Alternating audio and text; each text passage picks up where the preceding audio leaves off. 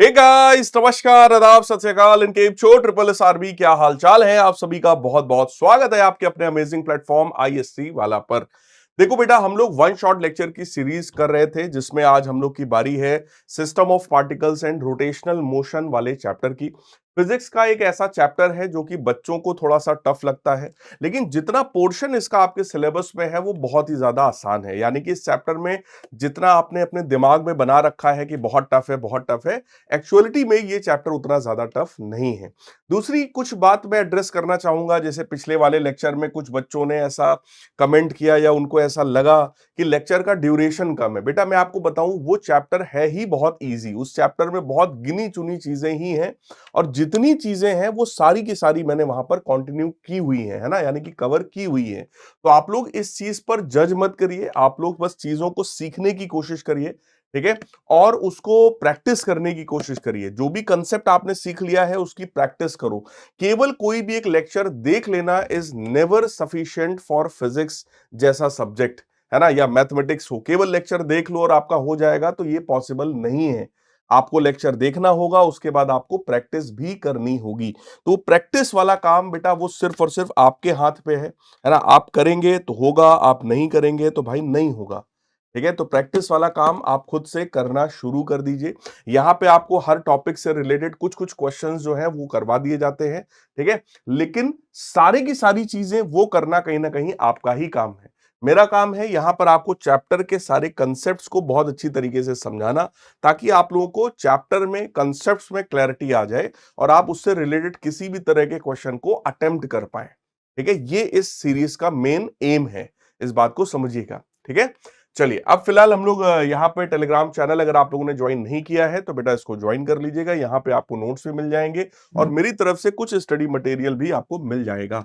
ठीक है, सो detailed one shot lecture है, इसमें हम लोग पूरे के पूरे चैप्टर को कवर करेंगे जैसा कि मैंने आपको बता दिया है।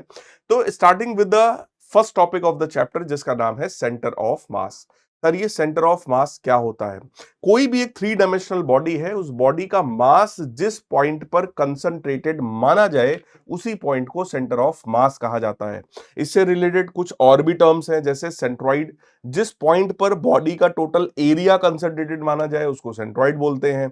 सेंटर ऑफ ग्रेविटी, जिस पॉइंट पर बॉडी का टोटल वेट कंसंट्रेटेड माना जाए उसको हम लोग सेंटर ऑफ ग्रेविटी के नाम से जानते हैं। तो centre of mass I hope आप लोग समझ गए होंगे। ठीक है, कि अगर मान लो कोई भी एक बॉडी है, जैसे अगर कोई भी एक यूनिफॉर्म रॉड है, तो इस रॉड का जो वेट है या उसका जो मास है वो हम लोग एग्जैक्टली मिड पॉइंट पर मानते हैं और हम लोग शो करते हैं कि भैया सारा का सारा मास यहीं पर कंसंट्रेटेड है। अगर मान लो कोई भी एक स्फेरिकल बॉल है, तो स्फेरिकल बॉल के भी सेंटर पर ही हम लोग सारा का सारा मास या वेट हमेशा इस तरीके से रिप्रेजेंट करते हैं। तो ये जो पॉइंट्स हैं, इन्हीं पॉइंट्स को हम लोग सेंटर ऑफ मास के नाम से जानते हैं। अब आप अपने जो 11th के लेवल की डेफिनेशन है वो देखिए क्या है। सेंटर ऑफ मास किसी भी बॉडी का वो पॉइंट है जो ऐसा बिहेव करता है कि उस बॉडी पर लगने वाले सारे फोर्सेस इसी सेंटर ऑफ मास पर ही लगे हैं। तो it behaves as if net force, total force, all the forces acting on the body is concentrated on this point only। ठीक है, तो वही चीज यहां पे देखो लिखा हुआ है, कह रहे centre of mass of a system of particle is that single point which moves in the same way in which a single particle having the total mass of the system and acted upon by the same external force will move। यानी कि इस पूरी body का मास अगर m है तो centre of मास का मास भी m माना जाता है। ठीक है, अगर पूरी बॉडी पर नेट फोर्स मान लो F के बराबर है तो वो नेट फोर्स सेंटर ऑफ मास पर ही हम लोग अप्लाई करके दिखाते हैं।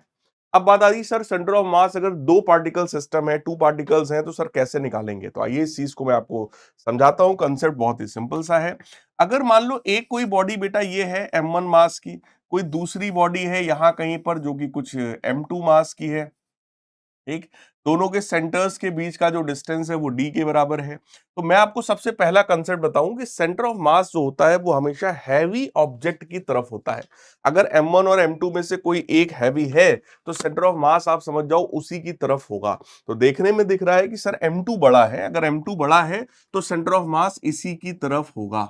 ठीक है, तो सेंटर ऑफ मास यहां कहीं पर होगा, और सेंटर ऑफ मास की डिस्टेंस अगर पहले वाले से मैं r1 मान लूं तो दूसरे वाले से लेट अस सपोज इसका डिस्टेंस कितना है, r2 के बराबर। और d क्या है? d is the total distance between both bodies. Right. तो यहां पर सबसे पहली कंडीशन मैंने आपको क्या बताया कि distance is inversely proportional to mass, यानी कि मास ज्यादा होगा तो डिस्टेंस कम हो जाएगा और मास कम होगा तो डिस्टेंस ज्यादा हो जाएगा। जैसे ये हैवी मास है तो इससे सेंटर ऑफ मास का जो डिस्टेंस है वो कम है, हल्का मास है यहां से सेंटर ऑफ मास का जो डिस्टेंस है वो ज्यादा है। ठीक है, तो यहां से सबसे पहली इक्वेशन बन जाएगी कि सर M1R1 जो है वो M2R2 के बराबर है। ये इक्वेशन नंबर 1 हो गया। दूसरी इक्वेशन हमारे पास है, साफ साफ दिख रहा है कि सर R1 प्लस R2 जो है वो डिस्टेंस D के बराबर होता है। तो आप पहली वाली इक्वेशन से फ्रॉम इक्वेशन 1 R1 की वैल्यू निकालिए और दूसरी वाली में रख दीजिए। तो फ्रॉम इक्वेशन 1 अगर मैं R1 की वैल्यू लिख दूं तो it will B M2R2 divided by M1। ये वैल्यू उठाकर मैं इक्वेशन नंबर 2 में रखूंगा। So from equation number 2 that is M2R2 divided by M1 plus R2 is equal to D। यहां से अगर आप ध्यान से देखो तो it will become M2 by M1 plus 1 times R2 is equal to D। LCM ले लीजिए और वहां से R2 की वैल्यू आप निकाल दीजिए। तो एलसीएम की वैल्यू देखो आने वाली है M2 plus M1 divided by M1 times R2 that is equal to distance D। तो यहां से R2 की वैल्यू बेटा निकल करके आ गई M1D divided by M1 plus M2। Clear. तो ये R2 की वैल्यू है और यही R2 की वैल्यू अगर आप लोग इक्वेशन नंबर 2 में डाल दें, R2 यहां डाल दें तो R1 की वैल्यू आ जाएगी। तो यहां से सॉल्व करने पर R1 की जो वैल्यू आती है वो कुछ इस तरीके की होगी M2D upon M1 plus M2 के बराबर। राइट। तो ये फॉर्मूला अपने दिमाग में रखिएगा। अगर आप पहली वाली बॉडी जो M1 वाली बॉडी है, अगर उससे सेंटर ऑफ मास का डिस्टेंस आप निकालना चाहते हैं, यानी कि R1 जब आप निकालेंगे तो आपको ऊपर मास लेना है दूसरा वाला। अगर आपको यहां से दूरी निकालनी है तो मास ये वाला लेंगे ऊपर हम, तो M2D upon M1 plus M2 total mass. Right. ऐसे ही अगर मान लो R2 यहां से दूरी निकालनी है तो ये वाला मास ऊपर लेंगे, डिस्टेंस लेंगे डिवाइडेड बाई टोटल मास उठा के रख देंगे। तो इस फॉर्मूले के पैटर्न को समझिएगा और इसके बेसिस पर क्वेश्चंस को आप लोग बहुत चुटकियों में सॉल्व कर सकते हैं इजीली। कोई भी दो मासेस हैं तो आप सेंटर ऑफ मास बहुत इजीली यहां पे निकाल सकते हैं यूजिंग दिस फॉर्मूला। अब हमसे कह रहे हैं centre of mass of system of discrete particles. देखो बेटा, डिस्क्रीट पार्टिकल्स का मतलब होता है जहां पे पार्टिकल्स अलग अलग पोजीशन पर हो, कि सर एक पार्टिकल यहां रखा है, यहां रखा है, यहां रखा है, अलग अलग जगहों पर पार्टिकल्स रखे हुए हैं। तो ऐसे सिस्टम को ही अपन डिस्क्रीट सिस्टम के नाम से जानते हैं। दूसरा सिस्टम होता है कॉन्टिन्यूअस सिस्टम, जहां पे पूरा का पूरा जो मास है वो एक बॉडी है पूरी, है ना। अब ये पूरी बॉडी का जो मास है वो m मास है। अब इसमें ये नहीं कह सकते कि सर इसमें ये आधा किलो यहां है, 1 किलो यहां है, जैसे हम लोग की बॉडी। अब हम लोग की बॉडी का जो टोटल मास है वो हम लोग देखते हैं, है ना, कि भैया हम 50 किलो के हैं, 60 किलो 70 किलो के हैं, तो 70 किलो हमारी पूरी बॉडी का मास है। So that is a continuous body. लेकिन अगर ऐसा हम इंडिविजुअल बात कर रहे होते कि भैया हमारे हाथ ये रहा, हाथ का मास इतना है, इस वाले हाथ का मास इतना है, खोपड़ी का मास इतना है, पेट का मास इतना है, अलग अलग अगर हम बात कर लें तो इसी को हम लोग डिस्क्रीट सिस्टम के नाम से जानेंगे। ठीक है। तो फिलहाल यहां पे डिस्क्रीट पार्टिकल्स की बात हो रही है। डिस्क्रीट पार्टिकल्स का मतलब अगर पहला पार्टिकल मान लो ये रहा M1 मास, दूसरा पार्टिकल ये रहा M2 मास, तीसरा पार्टिकल ये रहा M3 मास। तो ऐसे में सेंटर ऑफ मास को लिखने के कुछ तरीके हैं। वेक्टर के फॉर्म में अगर आप लिखना चाहते हैं तो आपको इन सभी मासेस का पोजीशन वेक्टर पता होना चाहिए। ठीक है, M1 M2 M3 जो भी मासेस हैं इन सभी के पोजीशन वेक्टर्स बना दीजिए और इसके बेसिस पर आप सीधे सीधे position vector of centre of मास आप डायरेक्टली लिख सकते हैं। उसका फॉर्मूला होता है M1 R1 vector plus M2 R2 vector plus M3 R3 vector and so on. जितने भी ऐसे पार्टिकल्स हैं सिस्टम में, सभी के लिए आप एक एक टर्म ऐसा लिखते जाएंगे और उनको सबको ऐड करते जाएंगे। तो ये बेटा सबसे पहला फॉर्मूला आ गया, it is position vector of centre of mass. ठीक है। तो डिस्क्रीट सिस्टम में पहला फॉर्मूला हमारे पास ये है। दूसरा फॉर्मूला होता है, कई बार हम सेंटर ऑफ मास का एक्स और वाई कोऑर्डिनेट निकालना चाहते हैं। ठीक है। तो एक्स और अगर उसका मान लो हमें कोऑर्डिनेट में इंटरेस्ट है, मान लो ये पहला मास है, ठीक है, इसका जो कोऑर्डिनेट है लेट अस सपोज वो x1 y1 है। ये मान लो दूसरा मास है, इसका जो कोऑर्डिनेट है लेट अस सपोज वो x2 y2 है। ऐसे ही मान लो तीसरा मास है, इसके जो कोऑर्डिनेट्स हैं वो let us suppose x3 y3 के बराबर है। तो अब अगर मान लो सेंटर ऑफ मास का कोऑर्डिनेट हमें निकालना है तो सेंटर ऑफ मास का जो एक्स कोऑर्डिनेट होता है बेटा, उसका सीधा सीधा फॉर्मूला है m1x1 plus m2x2 plus m3x3 divided by m1 plus m2 plus m3 plus m4 plus m5, जितने भी हैं सबका मास ऐसे ही हम रख देंगे यहाँ पे, ठीक है। हर एक के लिए एक एक टर्म। ऐसे ही y coordinate of centre of मास निकालना है तो m1y1 plus m2y2 and so on divided by m1 plus m2 plus m3 and so on. तो इस तरीके से ये हो गया हमारा x और y coordinate of centre of mass, ठीक है। तो दो ही तरीके हैं डिस्क्रीट सिस्टम के साथ डील करने का। आप यहां पर x और y कोऑर्डिनेट निकाल सकते हैं, आप यहां पे उसको वेक्टर के फॉर्म में भी डायरेक्टली रिप्रेजेंट कर सकते हैं। फिर बात आती है क्वेश्चन की। अब ये क्वेश्चन थोड़ा सा एक अच्छे लेवल का क्वेश्चन है। यहाँ पे आसान क्वेश्चन भी डाला जा सकता था। वे रेक्टेंगल है, उसके हर एक वर्टेक्स पर एक एक मास रखा है, आप सिस्टम का सेंटर ऑफ मास बताइए। तो simple formula m1x1 plus m2x2 plus m3x3 plus m4x4 upon m1 plus m2 plus m3 plus m4। ऐसे ही वाई कोऑर्डिनेट निकाल देंगे। बट ये जो क्वेश्चन है थोड़ा सा अच्छे लेवल का क्वेश्चन है, तो आइए इस क्वेश्चन की बात करते हैं। इस क्वेश्चन में हमसे कह रहा है तीन रॉड्स हैं, तीनों का जो मास है बेटा वो सेम है। They are placed as shown in the figure. Calculate the coordinates of centre of mass of the system. ये जो सिस्टम है आपको क्या करना है, इसके सेंटर ऑफ मास का कोऑर्डिनेट बताना है। सबसे पहली बात, अगर एक रॉड बेटा ओ ए है, ये वाला जो रॉड है इसका मास इसके मिडिल पॉइंट पर होगा यहां कहीं पर, और मिडिल पॉइंट का कोऑर्डिनेट आप लोग बता सकते हैं दैट इज a/2, 0। बहुत ध्यान से देखो, a/2, 0 मास यहां पर होगा। ये एक रॉड ये रहा OB, इसका भी मास इसके अपने मिडिल पॉइंट पर होगा और इसका कोऑर्डिनेट है 0, a/2 के बराबर, राइट। तीसरा जो रॉड है इसका मास यहां कहीं पर होगा और उसके कोऑर्डिनेट अगर आपको चाहिए तो देखो ये है a, 0, ये है 0, a। तो ऐसे में फॉर्मूला क्या बनता है, x1 प्लस x2 अपॉन 2 यानी कि a प्लस 0 अपॉन 2। दूसरा बनेगा y1 प्लस y2 अपॉन 2 यानी 0 प्लस a/2 यानी कि वो भी बनेगा a/2। तो a/2 कॉमा a/2 इस पॉइंट पर इसका सेंटर होगा। अब हमारे पास तीन रॉड्स हैं, तीनों का सेंटर ऑफ मास इंडिविजुअली हमें पता है और हमें इस पूरे सिस्टम का सेंटर ऑफ मास निकालना है। तो सेंटर ऑफ मास का जो x कोऑर्डिनेट होगा बेटा, फॉर्मूला वही लगेगा m1x1 plus m2x2 plus m3x3 divided by m1 plus m2 plus m3। तो सीधे सीधे वैल्यूज उठा के रख दो। ये m मास है, इसका x कोऑर्डिनेट 0 है। दूसरा भी m मास है, उसका x कोऑर्डिनेट सॉरी पहला जो मास था m, उसका x कोऑर्डिनेट था a/2। दूसरा जो मास था उसका भी x कोऑर्डिनेट a/2। तीसरा जो मास था उसका x coordinate 0 divided by m plus m यानी कि 3m हो जाएगा। तो m a/2 यानी m a बन जाएगा। m a अपॉन 3m करेंगे तो m से m कैंसिल होगा। x कोऑर्डिनेट सेंटर ऑफ मास का निकल करके आ गया a/3 के बराबर। बिल्कुल इसी तरीके से बेटा अपन लोग y कोऑर्डिनेट भी निकालेंगे। तो that will B m1 y1 plus m2 y2 plus m3 y3 divided by m1 plus m2 plus m3। m1 की जो वैल्यू है वो m के बराबर है, इसका y कोऑर्डिनेट 0 हो गया। नेक्स्ट मास m है, y कोऑर्डिनेट a/2 हो गया। नेक्स्ट मास m है, y कोऑर्डिनेट a/2 हो गया। बिल्कुल सेम टू सेम पैटर्न चल रहा है, 3m होगा। इसको भी सॉल्व करेंगे तो a/3 ही निकल कर आएगा। क्लियर है। तो यानी कि इस पूरे रॉड का ये जो सिस्टम है, जहां पे तीन रॉड्स को मिला के एक राइट एंगल ट्रायंगल बनाया गया, उसका सेंटर ऑफ मास हमने निकाल लिया है सिस्टम का, that is a/3 comma a/3। यानी x कोऑर्डिनेट भी a/3 है और y कोऑर्डिनेट भी a/3 है। तो अगर इसको मान लो हमें प्लॉट करके दिखाना पड़े यहाँ पे भाई कहाँ है, तो a/3 यहाँ कहीं होगा, इसका भी a/3 यहाँ कहीं होगा, तो यहाँ कहीं पर बेटा सेंटर ऑफ मास होगा पूरे सिस्टम का। क्लियर है। इस तरीके से इस डिस्क्रीट वैरायटी सिस्टम को हम लोग सॉल्व करेंगे। क्लियर है। प्रैक्टिस करना आपका काम है। इस तरह के क्वेश्चंस 100% आपके एग्जाम में आएंगे, लेकिन बेटा प्रैक्टिस करोगे तभी आप क्वेश्चन को सॉल्व कर पाओगे।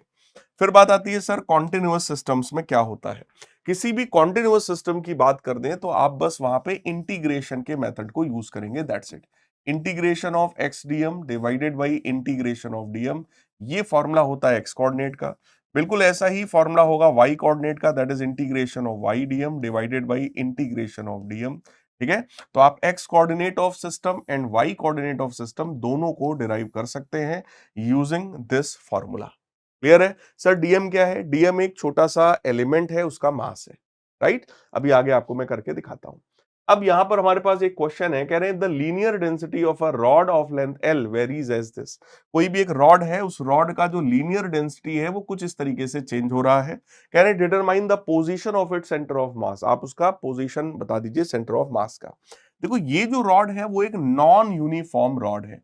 मतलब रॉड का सीन कुछ ऐसा है कि जब x की वैल्यू 0 थी तो उसका जो लेमडा है वो a के बराबर है, यानी यहां पर लेमडा a के बराबर है।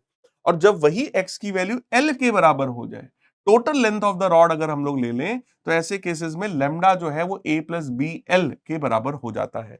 यानी कि उसकी जो डेंसिटी है रॉड की वो चेंज हो रही है। यानी जैसे जैसे रॉड आगे की तरफ बढ़ेगी वो रॉड भारी होती जाएगी। इधर की तरफ हल्की रॉड थी, आगे बढ़ने पे रॉड जो है वो हैवी यानी भारी होती जा रही है। सिस्टम का अब मेरे को निकालना है सेंटर ऑफ मास। तो सेंटर ऑफ मास का एक्स कोऑर्डिनेट अगर निकालना है तो it is integration x DM upon integration DM के बराबर। ठीक है, सो इंटीग्रेशन ऑफ, अब बात आई सर ये डीएम क्या है, तो हम लोग इस रॉड का एक छोटा सा एलिमेंट मान लेंगे।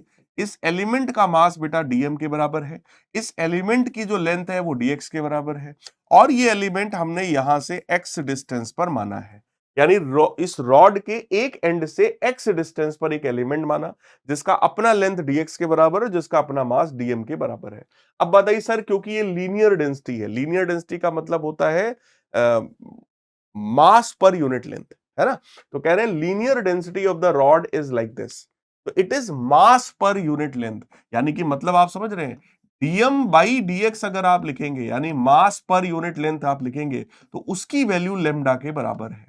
तो यहां से बेटा डीएम की वैल्यू आ गई, that is lambda into dx, lambda into dx. तो ये मास की वैल्यू मेरे पास निकल कर आ गई। ठीक है, तो यहां पर बचा एक्स, डीएम की जगह उसकी वैल्यू डालेंगे यानी कि लेमडा इंटू डीएक्स। यहां पर भी वही है, लेमडा इंटू डीएक्स, राइट? और इंटीग्रेशन ऑफ ये बन जाएगा लेमडा एक्स डीएक्स, है ना, लेमडा एक्स डीएक्स। लेकिन लेमडा खुद वेरिएबल है तो हम लोग उसकी वैल्यू डालेंगे a plus b x into x dx divided by a plus b x into dx. ये बन रहा है। अब ये सारा का सारा इंटीग्रेशन बेटा x के रिस्पेक्ट में है। तो x की मिनिमम वैल्यू क्या है, 0 के बराबर, और मैक्सिमम वैल्यू है l के बराबर। तो ये इंटीग्रेशन होगा 0 से लेकर l तक, 0 से लेकर l तक, राइट? तो ये बन गया सबसे पहला इंटीग्रेशन। पहला इंटीग्रेशन है ए एक्स डी एक्स, तो it is a x D x, limit लगेगा 0 से लेकर l तक। दूसरा जो इंटीग्रेशन है बेटा वो B X square D X का है, तो it is B X square D X, और उसमें भी लिमिट लगेगी 0 से l तक, डिवाइडेड बाई, यहां पर भी वही है integration a into D x, limit लग जाएगा 0 से l तक। दूसरा वाला इंटीग्रेशन है बी एक्स डी एक्स, तो it is b into x into D X, और लिमिट लगेगी 0 से लेकर l तक।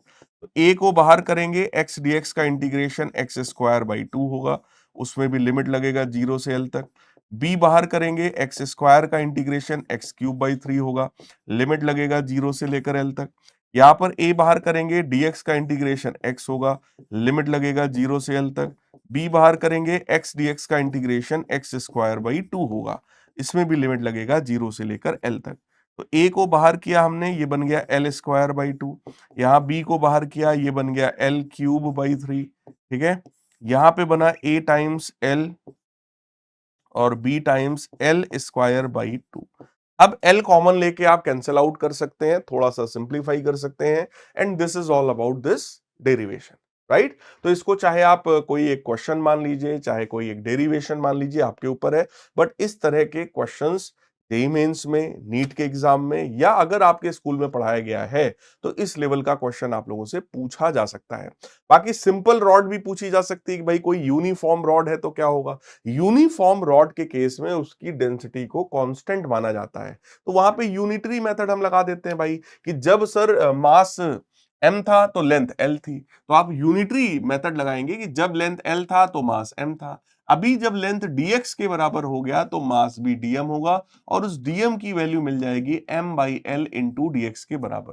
तो जो dm हमने यहाँ पे लेमडा dx निकाला है वही dm हो जाएगा m by L into dx के बराबर, और उसके बेसिस पर पूरा का पूरा ये डेरिवेशन जो है वो सॉल्व हो जाएगा। सिर्फ dm की ये जो वैल्यू है ना, ये वाली वैल्यू यहां उठा के रखना दोनों तरफ और सॉल्व कर डालना। तो यूनिफॉर्म रॉड का केस इस तरीके से सॉल्व किया जाता है, जो कि आसान है, बट उसके पूछे जाने के चांसेस कम होते हैं, इसके पूछे जाने के चांसेस जो हैं वो ज्यादा होते हैं। क्लियर है? आई होप आपको बात समझ में आ रही होगी। यूनिफॉर्म का मतलब उस रॉड का जो मास है बेटा वो कांस्टेंट है। यहां पर नॉन यूनिफॉर्म कहने का मतलब जैसे जैसे लेंथ बढ़ रही है वैसे वैसे उसका मास भी बढ़ रहा है, ये कहने का सेंस है यहां पर। फिर इसके बाद बात आती है centre of mass after removal of a part of a body.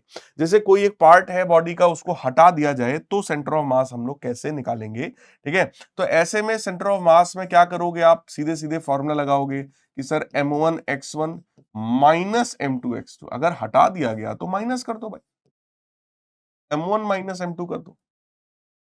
जो पार्ट रिमूव कर दिया उस पार्ट को हटा दो। बिल्कुल ऐसे ही y कोऑर्डिनेट भी आएगा भाई, it will B m1 y1 minus का m2 y2 divided by m1 minus m2।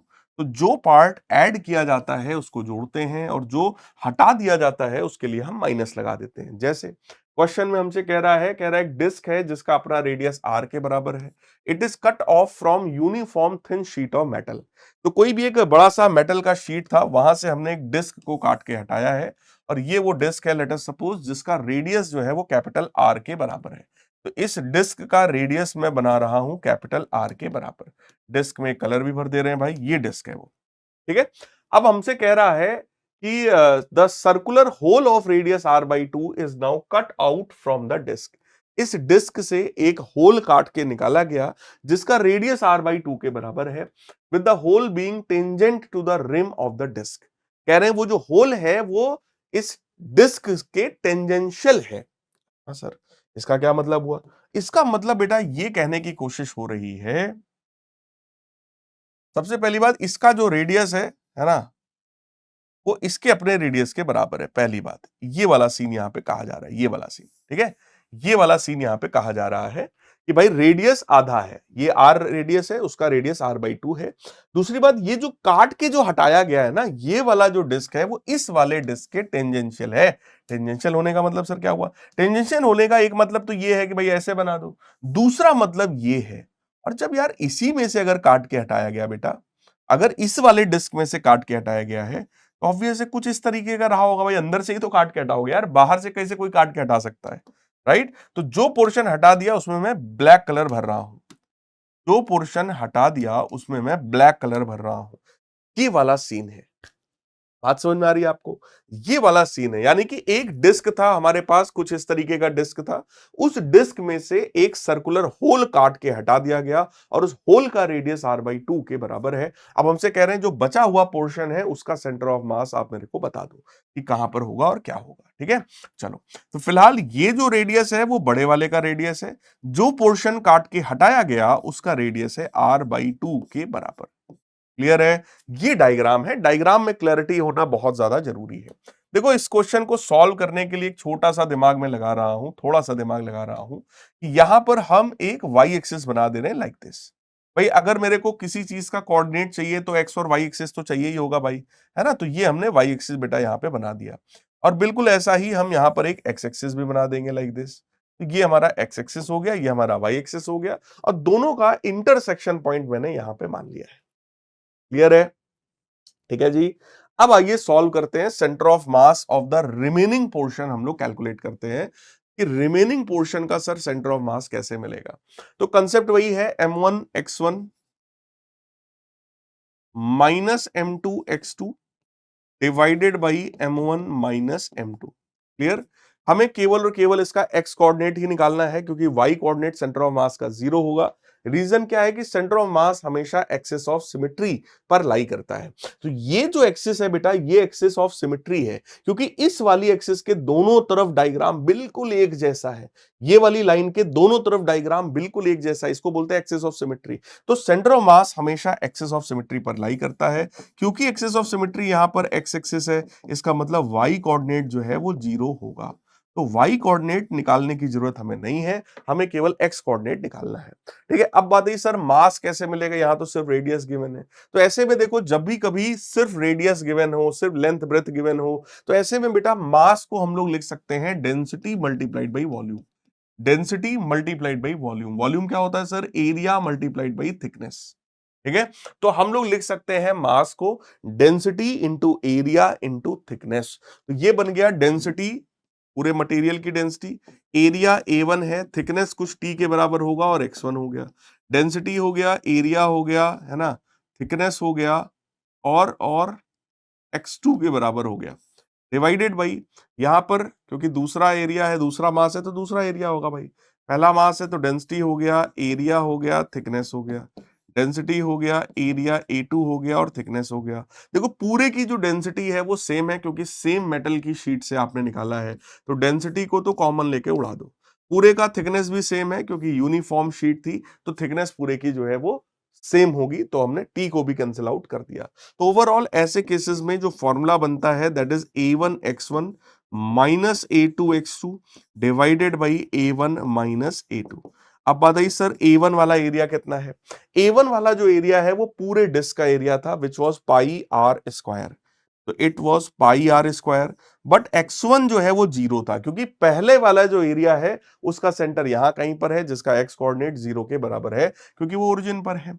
दूसरा जो एरिया हमारा है that is again pi R by two, यानी पाई आर स्क्वायर बाई 4 के बराबर। क्लियर है ना, पाई आर बाई टू का स्क्वायर यानी कि पाई आर स्क्वायर बाई 4, और X2 इसका जो एक्स कोऑर्डिनेट है वो इधर की तरफ है, that is R by two, that is R by two. तो ये हो गया A1x1 minus A2x2 divided by A1 minus A2। तो A1 है हमारा पाई आर स्क्वायर और A2 है पाई आर स्क्वायर बाई 4 के बराबर। तो ये तो टर्म जीरो हो गया बेटा। ये वाला टर्म हमारा बन गया कितना, पाई आर क्यूब अपॉन 8। तो it is pi r cube divided by 8, और यहां पे बन गया 3 pi r square, 3 pi r square by 4। Clear, ये 4 इस 8 को काटेगा, 2 बनाएगा, पाई से पाई कटेगा, आर स्क्वायर से पूरा टर्म कटेगा। ओवरऑल ये जो वैल्यू आई माइनस का आर डिवाइडेड बाई 6, माइनस का आर बाई 6 निकल कर आया। यानी कि जो रिमेनिंग ये जो पोर्शन है उसका सेंटर ऑफ मास कहां होगा, माइनस आर बाई 6 पर। माइनस आर बाई 6 का मतलब सर ये तो ओरिजिन है, इससे भी लेफ्ट में है, इसलिए ये वैल्यू नेगेटिव आई है। और r बाई 6 का मतलब आप समझते हो, ये रेडियस है, रेडियस का 1/6 निकाल दो, यहां कहीं पे कुछ आएगा, इसी पॉइंट को हम सेंटर ऑफ मास बोलेंगे, रिमेनिंग पोर्शन का। देखो अगर आपने ये पोर्शन काट के ना हटाया होता तो इस पूरे डिस्क का सेंटर ऑफ मास यहां पर था।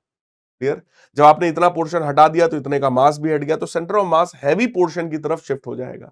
तो सेंटर ऑफ मास इधर की तरफ जो है कुछ शिफ्ट हो गया, तो यहां कहीं पर आ गया है। This is one of the good questions. ठीक है, डिस्क वाला मैंने करा दिया है, रेक्टेंगल वाला आप कर लीजिएगा कि अगर एक रेक्टेंगल में से कोई दूसरा एक पार्ट काट के हटा दिया जाए तो सेंटर ऑफ मास कहां पे रहेगा। अपनी किताबों में देखो, कोई भी जो बुक आपके पास है, चाहे वो न्यूटन की हो, एस.एल. अरोरा हो, कोई भी जो किताब आपके पास हो, उन किताबों में आप क्वेश्चंस देखेंगे, ये सारे ही क्वेश्चंस आपको वहां पे देखने को मिलेंगे। And these all are fundamental question. Same ये वाला क्वेश्चन आपकी नूतन की किताब में कुछ अलग तरीके से किया गया, जाने दो। मैंने आपको एक सिंपल मेथड, एक अच्छा मेथड बताया है जो कभी भी तुम्हारे दिमाग में कंफ्यूजन क्रिएट होने नहीं देगा। ठीक है, वो वाला जो मेथड है वो कुछ अलग मेथड है, उसमें मूवमेंट का यूज किया गया है, उसको छोड़ दीजिए अभी फिलहाल। क्लियर, तो जो मैंने सिखाया है इसी मेथड से करिएगा, ताकि कभी आपसे कोई गलती नहीं होनी चाहिए। राइट, तो ये हमारा एक्स कोऑर्डिनेट का एक नया फॉर्मूला हमारे पास आ गया, जो कि एरिया के टर्म्स में है। अगर इस फॉर्मूले को आप ध्यान से देखो तो मास की जगह केवल एरिया रख दिया गया है। यानी कोई भी अगर ऐसा प्लेन लैमिना है जिसका सिर्फ एरिया डिफाइंड है, तो ऐसे में हम एरिया के टर्म्स में भी फॉर्मूला बना सकते हैं। A1x1 plus A2x2 upon A1 plus A2, या A1x1 minus A2x2 upon A1 minus A2, अगर कोई पोर्शन रिमूव किया गया है तो, है ना, इस तरह का फॉर्मूला बन सकता है। हालांकि इस पॉइंट को हम लोग सेंट्रॉइड के नाम से जानते हैं। सेंट्रॉइड वो पॉइंट था जहां पर फिगर का पूरा एरिया कंसंट्रेटेड माना जाता है। जब बात सेंट्रॉइड की हो तो डायरेक्ट एरिया लगाना, जब बात सेंटर ऑफ मास की हो तो ये वाला लगाना। फिलहाल आपके सिलेबस में centre of mass, centroid, centre of gravity सब कुछ सेम है। मैं थोड़ा ज्यादा ऊपर लेवल पे आपको बता रहा हूं, इतना डिफरेंशिएशन आपके सिलेबस में है नहीं। आपके सिलेबस में सब कुछ सेम है। जैसे यहाँ पे भी आप देख लो, आपको सेंटर ऑफ मास पूछा गया है ना, तो सेंटर ऑफ मास कायदे से उसके लिए होता है जिसका मास डिफाइंड हो। ठीक है, बट ठीक है, जो बोला गया वो हम लोगों ने किया, बात खत्म। चलिए, अब अलग अलग सिस्टम्स का सेंटर ऑफ मास मैं आपको बता रहा हूं। जैसे कोई भी एक यूनिफॉर्म रिंग है, तो रिंग का सेंटर ऑफ मास उसके सेंटर पे है, डिस्क में भी सेंटर पे है, यूनिफॉर्म रॉड है उसमें भी सेंटर पर है। ठीक, फिर उसके बाद बात आती है सॉलिड स्फीयर, वहां भी सेंटर में है। ट्रायंगल है अगर कोई, तो मीडियंस के इंटरसेक्शन पॉइंट पर होता है। मीडियंस एक दूसरे को 2:1 के रेशियो में डिवाइड करते हैं, ये बात ध्यान रखिएगा। ठीक है, कोई भी रेक्टेंगल है, स्क्वायर है, तो डायगोनल्स के इंटरसेक्शन पॉइंट पर है। कोई भी हॉलो या सॉलिड सिलेंडर है, तो उसके एग्जैक्टली मिड पॉइंट पर सेंटर ऑफ मास होता है पूरे सिस्टम का। राइट, कोई हॉलो हेमीस्फीयर है, तो ये याद करने वाली चीज है कि अगर कोई हॉलो हेमीस्फीयर है तो वहां नीचे से ये r/2 डिस्टेंस पर है। यहीं पर अगर सॉलिड हेमीस्फीयर है तो नीचे से 3r/8 डिस्टेंस पर होता है, याद कर लीजिएगा। कोई हॉलो कोन है, अगर हॉलो कोन है तो नीचे से h/3 पर, सॉलिड कोन है तो नीचे से h/4 पर सेंटर ऑफ मास होता है। राइट, अब हम लोग अगले टॉपिक की तरफ आएंगे। अभी तक हम लोगों ने बात किया कि सेंटर ऑफ मास क्या है और उसको हम लोग कैसे कैलकुलेट करेंगे with different varieties of questions. अब बात करते हैं, सर अगर सेंटर ऑफ मास मूव कर रहा है तो क्या, अगर वो मोशन में है तो क्या, उसके क्वेश्चंस को हम लोग कैसे सॉल्व करेंगे। तो आइए इस चीज पर बहुत छोटा सा एक डेरिवेशन है, वो डेरिवेशन मैं आपको पूरा का पूरा दिखा देता हूं। ठीक है, आसान सा है। देखो, अगर मैं पोजीशन ऑफ सेंटर ऑफ मास आपसे पूछूं, तो पोजीशन ऑफ सेंटर ऑफ मास का सीधा सीधा फॉर्मूला था, it was m1 r1 vector plus m2 r2 vector, है ना, and so on, divided by m1 plus m2 plus m3 and so on. अगर मैं आपसे पूछूं बेटा ये m1 plus m2 plus m3 and so on क्या है, तो आप कहेंगे it is total mass of the system. इसको कैपिटल M भी लिखा जा सकता है, तो वो कैपिटल M आप इधर भेज दीजिए। तो capital M times position of centre of mass, that is equal to m1 r1 plus m2 r2। अगर ध्यान से देखो तो ये टर्म क्या है, it is movement of centre of mass, it is movement of mass of first particle, it is movement of mass of second particle।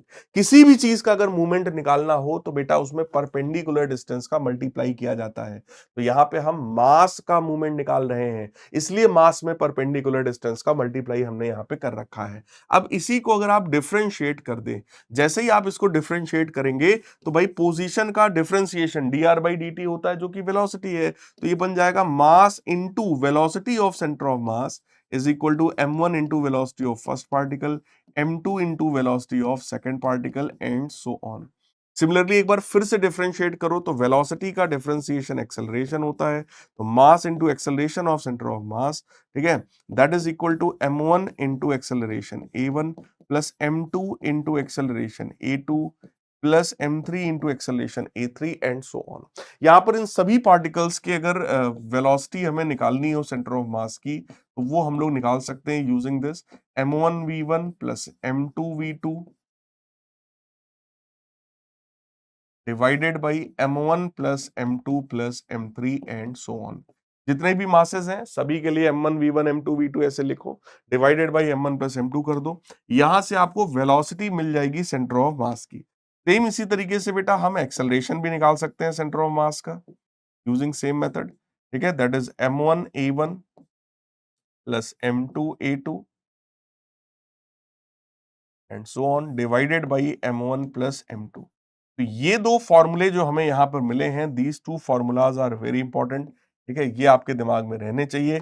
कभी भी अगर हमारे पास कुछ पार्टिकल्स है, m1 मास, m2 मास, m3 मास, m4 मास, कुछ अलग अलग पार्टिकल्स हैं और आपसे कहा जाए कि भाई आप सेंटर ऑफ मास की वेलोसिटी बताइए, तो आपको क्या करना है, m1 पहला वाला पार्टिकल इनटू वेलोसिटी, उसकी वेलोसिटी, प्लस दूसरा पार्टिकल उसकी velocity divided by m1 plus m2। इस तरीके पर बेस्ड क्वेश्चंस आप लोगों से पूछे जा सकते हैं, आसान होते हैं। बस ध्यान ये रखना है पहले पार्टिकल का मास क्या है और पहले पार्टिकल की वेलोसिटी क्या है।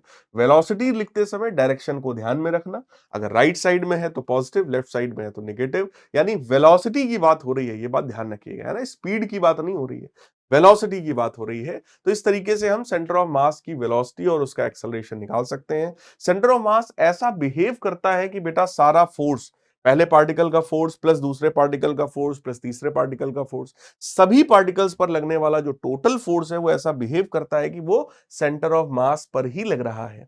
कोई आपसे कहे भैया सेंटर ऑफ मास पे लगने वाला नेट फोर्स मेरे को बताओ, तो it is net force on centre of mass, जिसको हम लोग लिख सकते हैं force on the first particle plus force on the second particle and so on. यानी किसी भी बॉडी पर, किसी भी सिस्टम पर जो नेट फोर्स होता है, that is the force on centre of mass. Same इसी तरीके से हम मोमेंटम लिख सकते हैं, momentum of centre of mass is equal to momentum of first particle plus momentum of second particle and so on. Clear है? I hope ये clarity आपको आ गई होगी। अब बात आती है सर मोमेंटम कंजर्वेशन कैसे होगा? तो देखो बड़ी सिंपल सी बात है। अगर मैं यहां पर आपको बताऊं कि भाई फोर्स की वैल्यू dp बाई dt होती है, तो ये हम लोग न्यूटन साहब के सेकंड लॉ में शुरू से ही पढ़ते आ रहे हैं, है ना। अब यहीं पे अगर कंडीशन कहा जाए कि भाई if the external force acting on the system, या if net force on centre of mass, भाई नेट एक्सटर्नल फोर्स यानी सभी फोर्सेस का जो सम था, उसी को तो हम लोग बोल रहे थे फोर्स ऑन सेंटर ऑफ मास, अगर ये जीरो हो जाए तो ऐसे में बेटा dp बाई dt भी जीरो हो जाएगा। अगर फोर्स सेंटर ऑफ मास का लिया है तो मोमेंटम भी सेंटर ऑफ मास का होगा, तो आप कहेंगे सेंटर ऑफ मास का जो मोमेंटम है दैट विल बिकम कांस्टेंट। यानी कि कंजर्वेशन ऑफ मोमेंटम से हमें क्या मिला कि if net force acting on centre of mass is zero, then momentum of centre of mass of the system will remain conserved. यानी कि अगर किसी भी सिस्टम के सेंटर ऑफ मास पर नेट फोर्स जीरो है, या उस सिस्टम पर लगने वाला नेट फोर्स अगर जीरो है, तो उस सिस्टम का सेंटर ऑफ मास कंजर्व हो जाता है, यानी उसका मोमेंटम कंजर्व हो जाता है।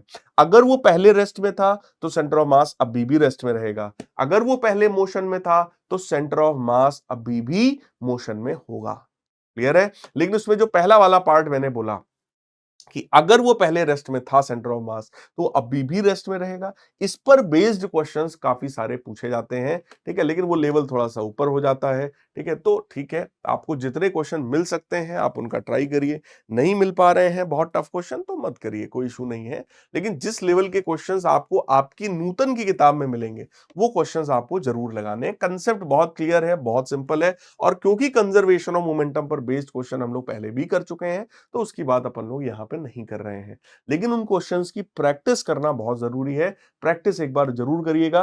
कंसेप्ट सिंपल है, नेट फोर्स अगर सेंटर ऑफ मास पे जीरो है तो सेंटर ऑफ मास का मोमेंटम कांस्टेंट होगा, यानी initial momentum of centre of mass is equal to final momentum of centre of mass. अब मोमेंटम क्या होता है? पीछे आपने देखा m1 v1 plus m2 v2 upon m1 plus m2। इस फॉर्मूले से सेंटर ऑफ मास का इनिशियल मोमेंटम निकालिए, फाइनल निकालिए, दोनों को बराबर कर दीजिए, ठीक है। अगर वो पहले रेस्ट में था तो अभी भी रेस्ट में होगा, यानी कि position of centre of mass will also remain constant, यानी जहां पहले था वहीं अब भी रहेगा। पोजीशन ऑफ सेंटर ऑफ मास भी आपको पता है m1 x1 plus m2 x2 upon m1 plus m2।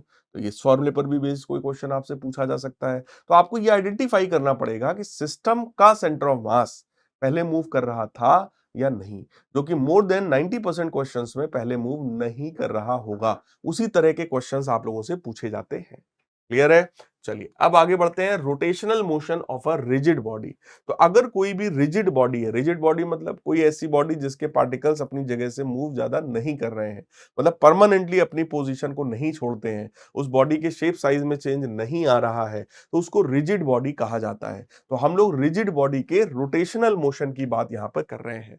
देखो अगर कोई भी बॉडी है, जैसे ये कोई भी एक बॉडी है, अब इस बॉडी को हमने इस पॉइंट पर फिक्स कर दिया है, ये मान लो हमारा एक्सिस ऑफ रोटेशन है, और हम इस बॉडी को किसी इस एक्सिस के अबाउट ऐसे ऐसे घुमा रहे हैं।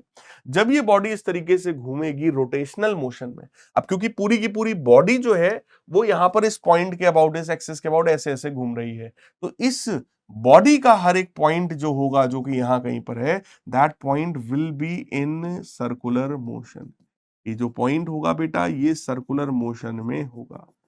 तो जब कोई भी बॉडी रोटेशनल मोशन में घूमती है, तो उस बॉडी का हर एक पॉइंट सर्कुलर मोशन में घूमता है। जब ये बॉडी समझो यहां से यहां तक घूमेगी, तो ये पॉइंट भी यहां से यहां तक आ जाएगा। इसका मतलब एंगल के टर्म्स में अगर हम देखें, एंगल के टर्म्स में अगर हम रोटेशन देखें तो सेम है। तो जब ये बॉडी ऐसे से ऐसे होगी, तो ये पॉइंट भी यहां से यहां आएगा, यानी angular displacement for the body and particle point both is same. तो थीटा की वैल्यू बॉडी के लिए और पार्टिकल के लिए सेम टू सेम है। तो इसका मतलब क्या हुआ सर?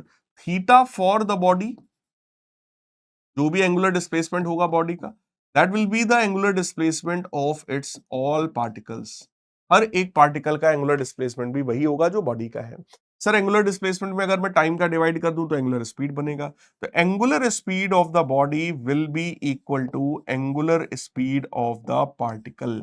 यानी कि जब कोई भी बॉडी रोटेशनल मोशन में होती है तो जितनी एंगुलर स्पीड से बॉडी घूमती है उसका हर एक पार्टिकल भी उतनी ही एंगुलर स्पीड से घूमता है। लेकिन लीनियर स्पीड सभी की अलग अलग है। यानी कि यहां पर लीनियर स्पीड अलग होगी, यहां पे लीनियर स्पीड अलग होगी। क्यों? क्योंकि वो लीनियर स्पीड जो है वो पोजीशन पर डिपेंड करती है, रेडियस ऑफ पाथ पर डिपेंड करती है, और अलग अलग पार्टिकल्स का जो सर्कल बनेगा उसकी रेडियस अलग अलग होगी। इस पॉइंट को ध्यान रखिएगा। तो लीनियर स्पीड अलग अलग है, लेकिन जो रोटेशनल स्पीड है जिसको हम लोग एंगुलर स्पीड भी बोलते हैं, that will remain same for all particles of the body in rotational motion. Clear है? तो यही चीज यहां पे लिखा हुआ है, जरा पढ़िए। कह रहे हैं body is said to possess rotational motion if all the particles move along circles in parallel planes. The centers of these circle lie on a fixed line perpendicular to the parallel planes and this line is called axis of rotation. तो ये रहा हमारा axis of rotation। हर एक particle जो है वो circular path पर होगा और उस सर्कुलर पाथ का सेंटर हमेशा इसी एक्सिस ऑफ रोटेशन पर ही माना जाता है। कह रहे इक्वेशंस ऑफ रोटेशनल मोशन। देखो, लीनियर मोशन में हम सबने पढ़ा था कि अगर एक्सेलरेशन की वैल्यू कांस्टेंट है, अगर एक्सेलरेशन की वैल्यू कांस्टेंट है तो हमारे पास तीन इक्वेशंस ऑफ मोशन होती हैं, v बराबर u plus a t, s बराबर u t plus half a t square, और तीसरी इक्वेशन है v स्क्वायर बराबर u square plus two a S.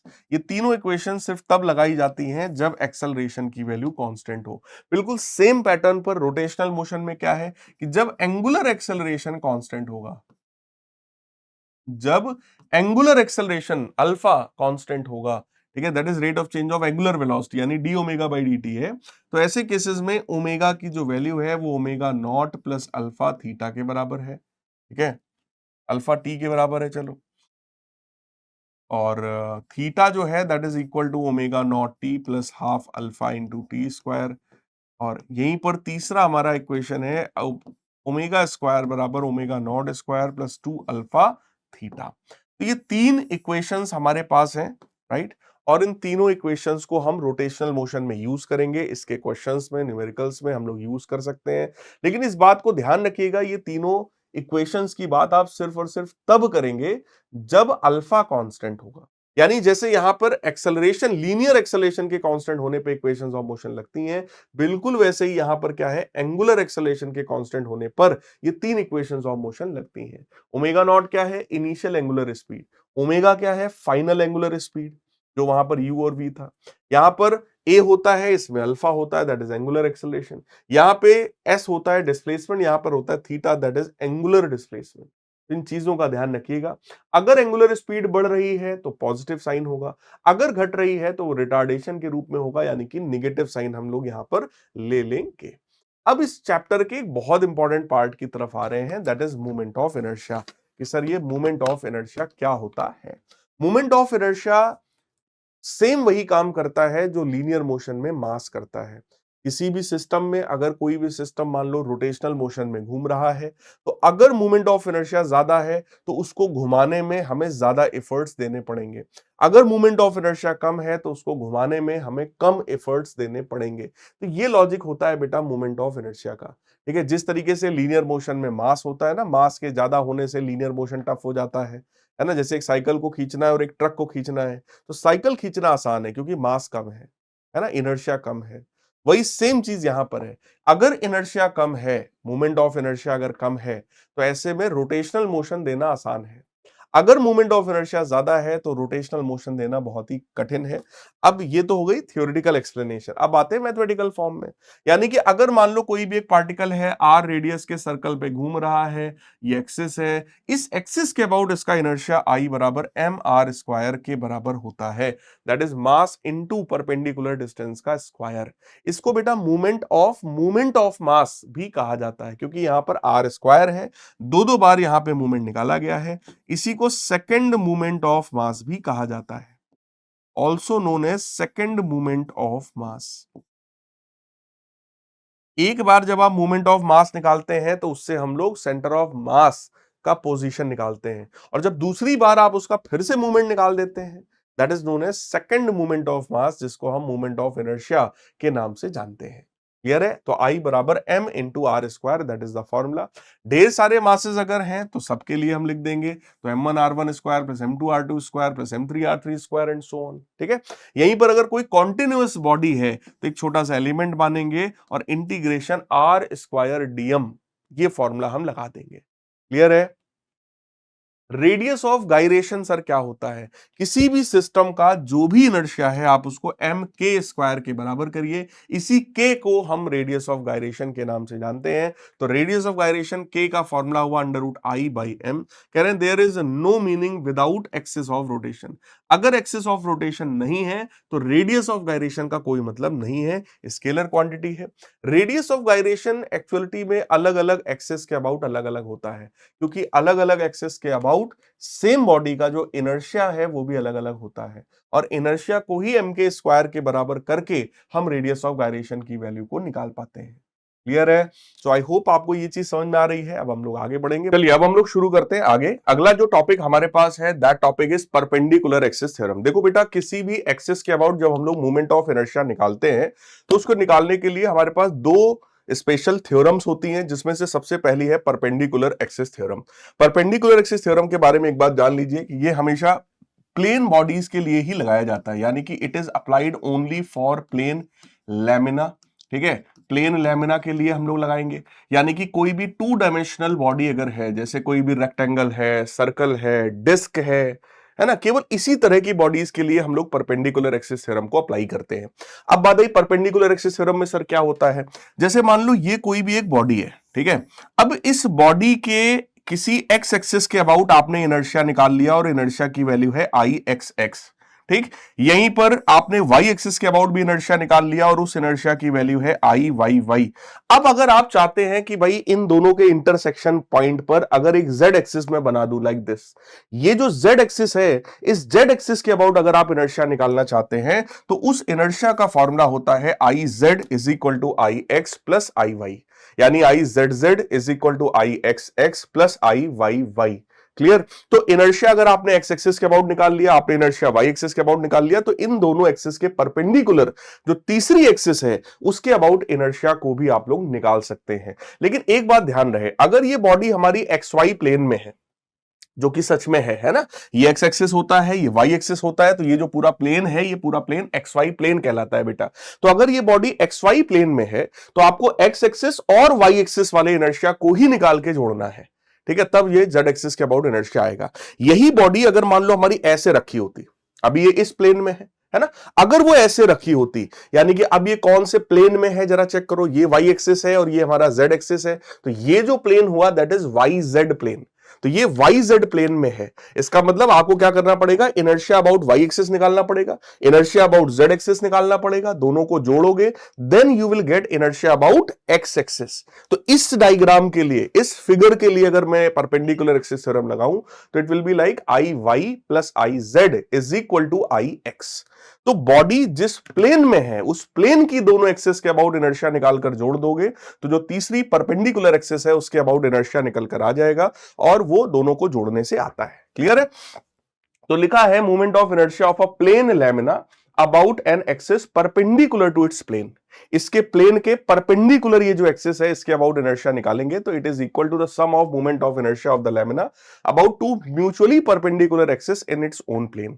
इसके अपने प्लेन में जो दो परपेंडिकुलर एक्सिस हैं उसके अबाउट इनर्शियाज को निकालकर अगर आप जोड़ देंगे तो आप जो थर्ड एक्सिस जो कि परपेंडिकुलर टू प्लेन है उसके अबाउट इनर्शिया निकलकर आ जाएगा। So this is known as perpendicular axis theorem. Statement बहुत इंपॉर्टेंट है, डायग्राम बहुत इंपॉर्टेंट है, आपको आना चाहिए। फिर आता है पैरेलल एक्सिस थ्योरम।